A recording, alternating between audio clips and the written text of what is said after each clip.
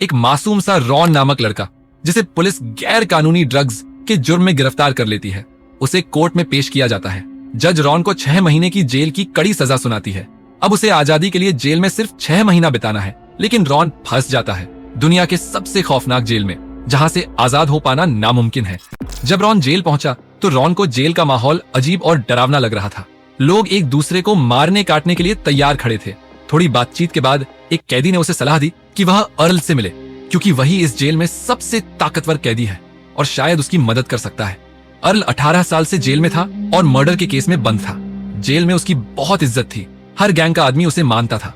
एक दिन अर्ल और उसके कुछ दोस्तों ने एक कैदी को पीटकर उसका सामान छीन लिया, क्योंकि उस कैदी के पास कुछ जरूरी चीजें थीं जो अर्ल चाहता था।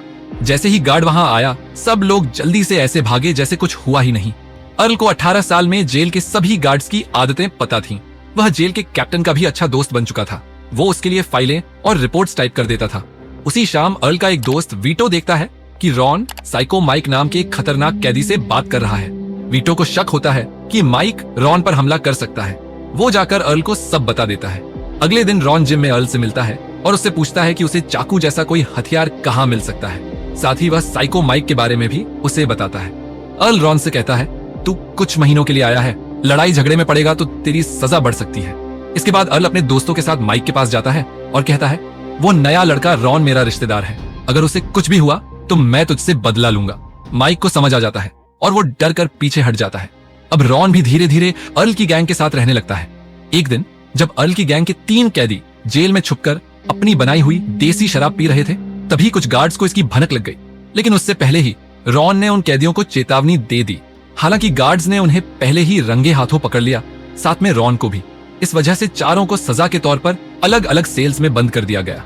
अर्ल को यह बात बहुत पसंद आई कि रॉन ने खुद के बारे में न सोचकर उसके दोस्तों को बचाने की कोशिश की। रॉन का शुक्रिया अदा करने के लिए अर्ल ने एक कैदी के हाथ रॉन को एक मैगजीन के अंदर छुपाकर सिगरेट की डिब्बी और एक छोटा सा नोट भिजवाया। उस नोट में लिखा था, जब पूछताछ हो तो यही कहना कि मैंने कुछ नहीं किया, इसी बात पर टिके रहना। एक हफ्ते बाद जब ऑफिसर्स ने रॉन से पूछताछ की तो रॉन ने कहा कि वह तो बस वहां से गुजर रहा था, उसे तो बेवजह पकड़ लिया गया।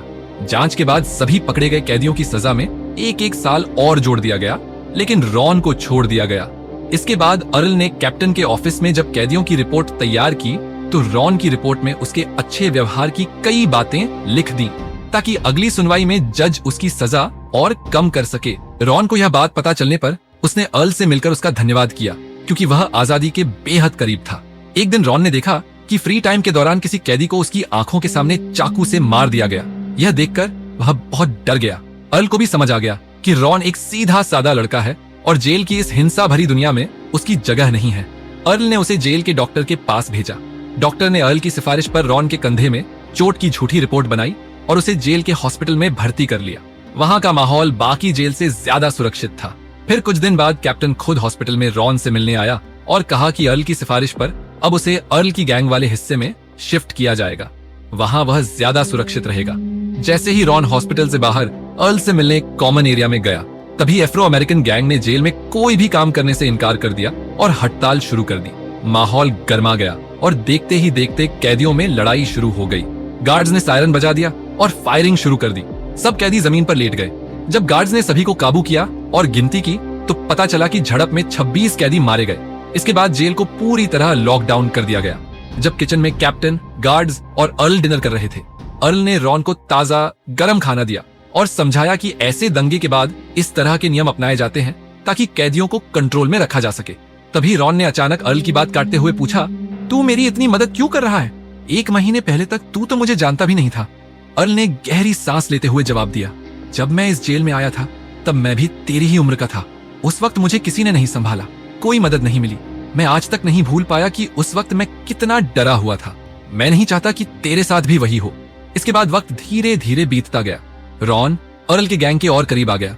एक दिन अर्ल ने रॉन को सलाह दी कि वह जेल में कोई कोर्स ज्वाइन कर ले और लाइब्रेरी या किसी और जगह काम करना शुरू कर दे। इससे उसे गुड बिहेवियर पॉइंट्स मिलेंगे और हो सकता है कि उसकी सजा जल्दी खत्म हो जाए। रॉन पहले ही 3 महीने की सजा काट चुका था, तो अगली सुनवाई में उसे बरी भी किया जा सकता था। रॉन ने अर्ल की बात मानी और जेल के नाई की दुकान में बाल काटने का काम शुरू कर दिया। साथ ही उसने एक कोर्स में भी एडमिशन ले लिया। ऐसा लग रहा था जैसे सब कुछ अब सही जल्द ही दिशा में जा रहा हो। लेकिन यह तो तूफान से पहले की शांति थी।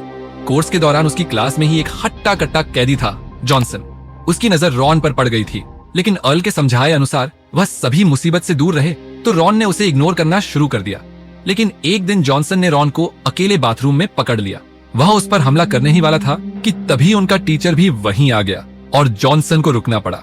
इस घटना ने रॉन को अंदर से झकझोर कर रख दिया। वह सोचने लगा कि अगर अर्ल और उसकी गैंग ना होती तो वो खुद को 2 दिन भी नहीं बचा पाता।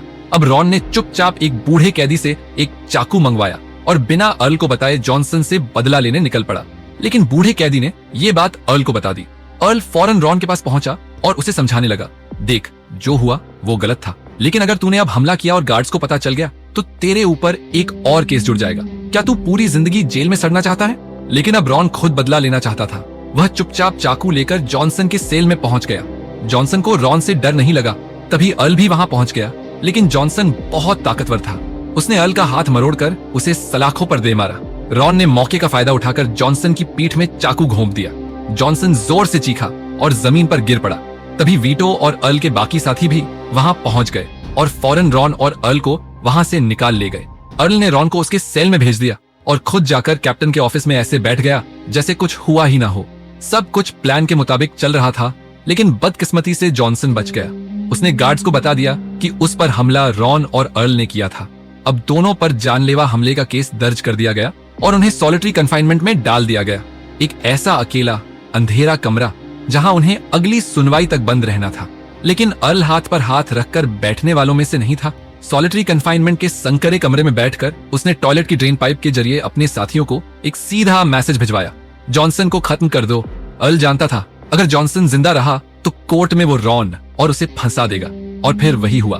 जॉनसन को उसकी गैंग ने हॉस्पिटल में ही ठिकाने लगा दिया। अब जॉनसन मर चुका था। गवाही देने वाला इकलौता गवाह खत्म हो चुका था। कुछ ही दिनों बाद अर्ल को जेल के वार्डन और 2 वकीलों ने बुलाया। वो बोले, हमें पता है इस हमले के पीछे तुम ही हो, अच्छा रहेगा कि तुम खुद ही मान लो। लेकिन अर्ल सिर्फ मुस्कुराया और बोला, कबूल क्यों करूं जब कोई सबूत ही नहीं है।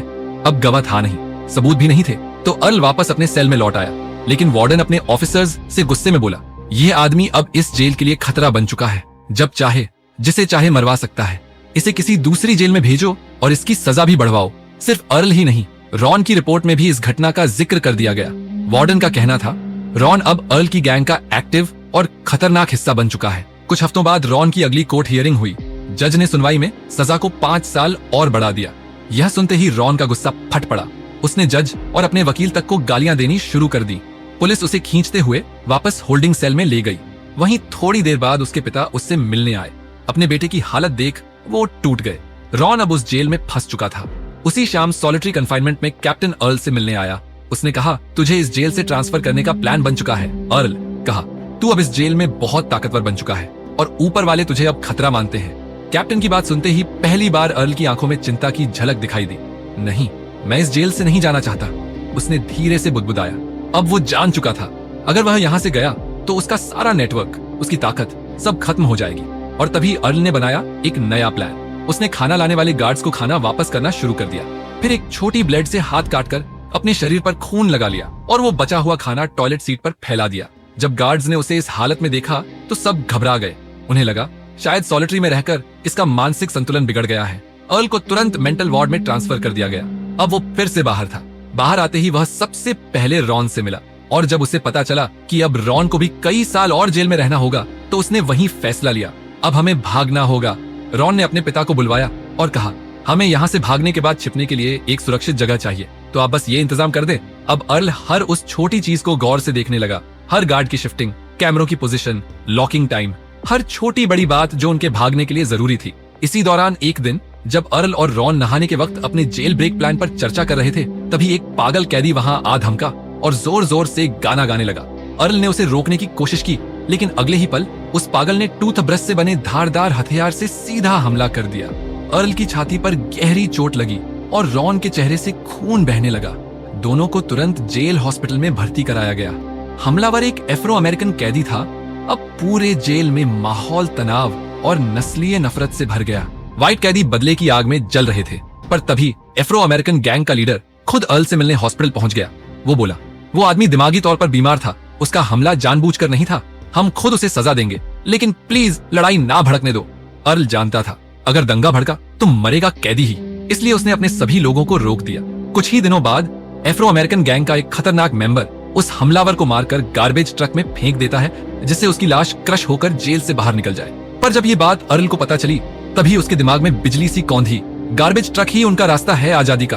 उसने रॉन को तुरंत बुलाया और कहा, ट्रक हर दिन आता है, क्रशर चालू रहता है, इसलिए कोई उसमें झांकता भी नहीं। अगर हम अंदर छुपने में कामयाब हो गए तो बाहर पहुंचना तय है।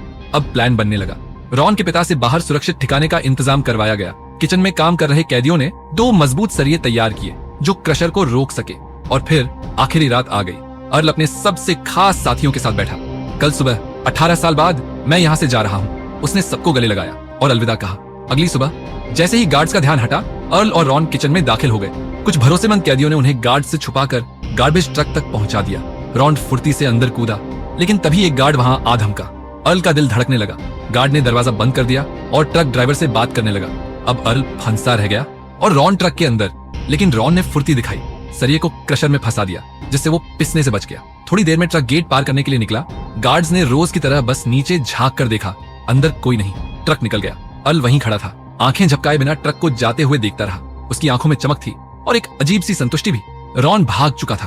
अर्ल फिर से सीधा गया वीटो के पास, उसे सारी बात बताई। वीटो ने मुस्कुराकर कहा, तू बाहर जाकर करेगा भी क्या? अर्ल, इस जेल को चलाता तू है, राजा है तू यहाँ का।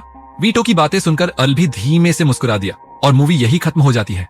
लेकिन अगर आप जानना चाहते हैं कि कैसे इस किसान ने अमेरिका के सबसे ताकतवर लोगों को मार डाला, तो राइट वाली वीडियो पर क्लिक करिए